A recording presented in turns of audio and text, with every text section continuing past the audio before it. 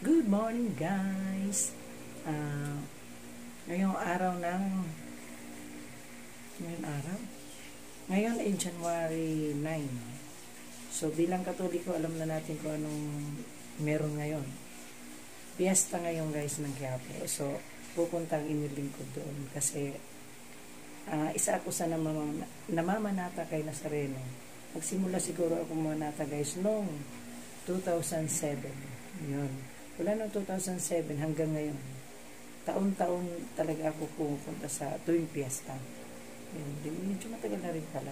Pero nung pa man, nagsisimba na talaga ako ng Quiapo. Pero yung hindi katulad yung ngayon na talaga namanata ako na umulan umaraw, talagang pupunta ako sa Quiapo. Siguro mula 2007, isang beses lang ako hindi nakapunta ng piyesta niya. Kasi may nangyari sa akin noon, yung hilong-hilo ako, hindi ako makatayo yun. So, syempre, alam na ni Lord yun. So, yun. So, punta tayo dun guys.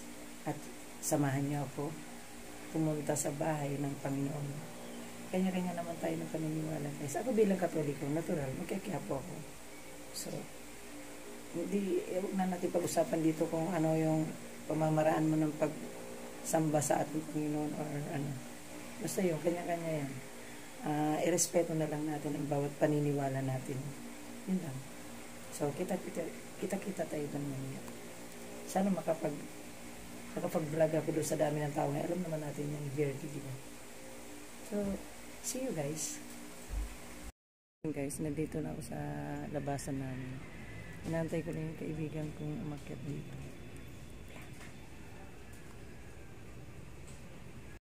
So, ayan na yung inaantay ko guys. Nakasama naman natin. Nasa Murayta kami. Diba? Ay, Lord. Medyo malayo-layo yung lalakarin namin guys.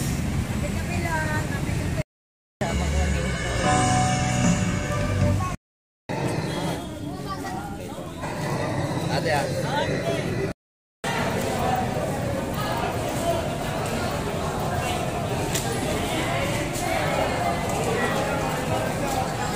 Madami ng tao guys. Ano friend, kaya pa? Kaya pa. Basta kaya niya sa Reno kaya. Kaya. Malapit na tayo. Lapit na kami guys sa church. Konting ano na lang, temple. Pakita po.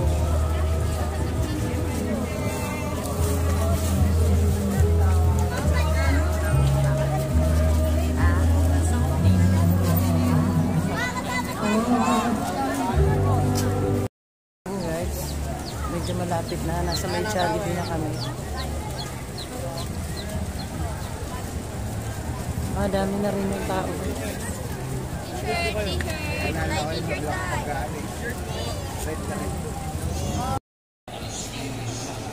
Yan.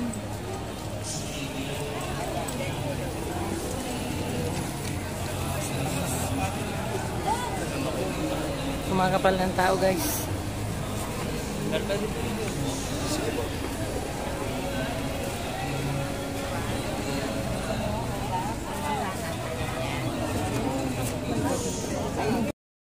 Hanggang dito na yung tao guys. Jesus Nazareno, ikaw ang larawan ng Diyos na pag-ibig.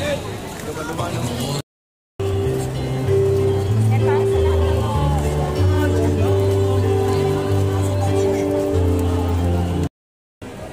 ay kasama natin.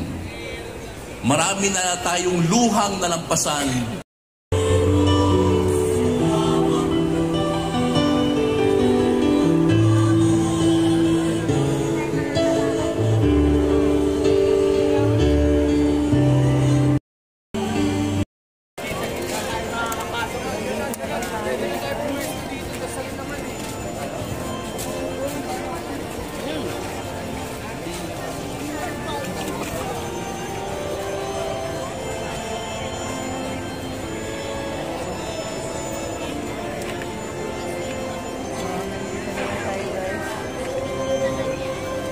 Pinagdalag talaga.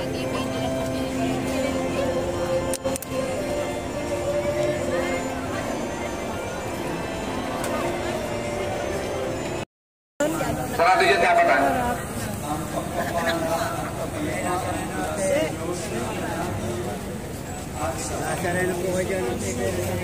Guys, dito na lang tayo. Pauwi na tayo. Tapos na tayo.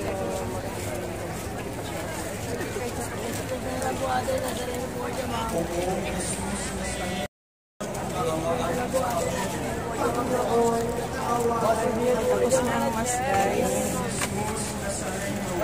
Panibagong mas yes pala. Tapos na kami guys. Sunod na mas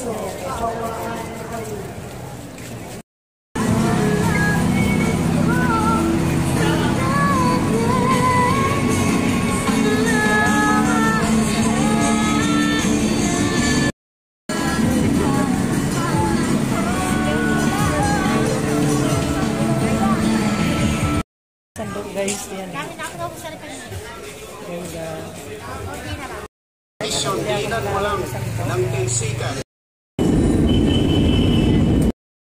Kanina mula doon naglakad kami. Ibang layo hanggang doon. Hanggang doon sa church. Nakita na pauwi na kami guys. Ang aking kaibigan masakit ng kanyang tuhod. Kaya pa ba?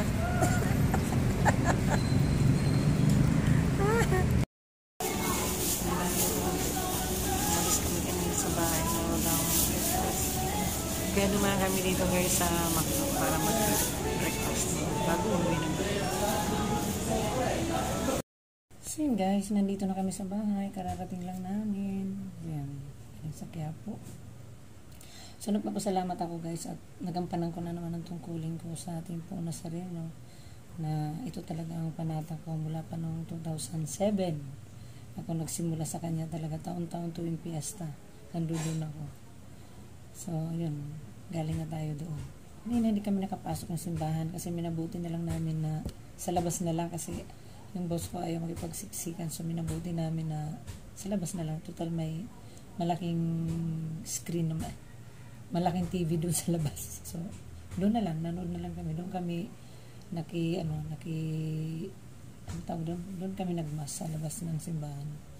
So pinilit ko rin talaga kanina na makita ko yung harapan ng simbahan, kaya nakipagsiksikan ako. Parang hindi ako kontento hanggat hindi ko nakikita yung harapan mismo, kaya nandun ako sa gilid pa rin, hindi sa harap, sa dami nga ng tao.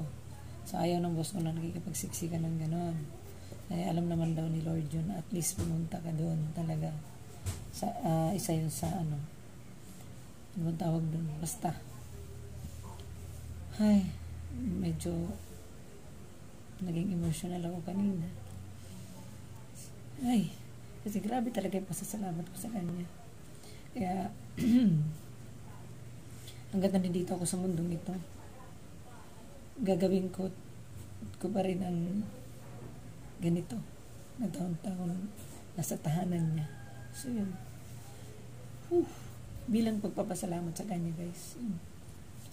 So dito ko na i-end ang aking vlog at dito na ako magpapaalam kasi nagiging madrama na ang inyong lingkod. So yan, maraming salamat sa Panginoong Hesus at hindi talaga siya nagkulang. Kaya yun,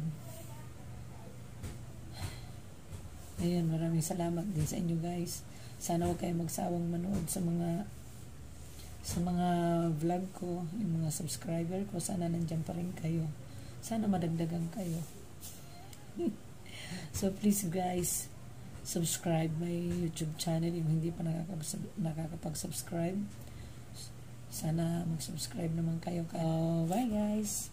Be good, be kind, alagaan at mahalin natin ang ating kalikasan. Bye.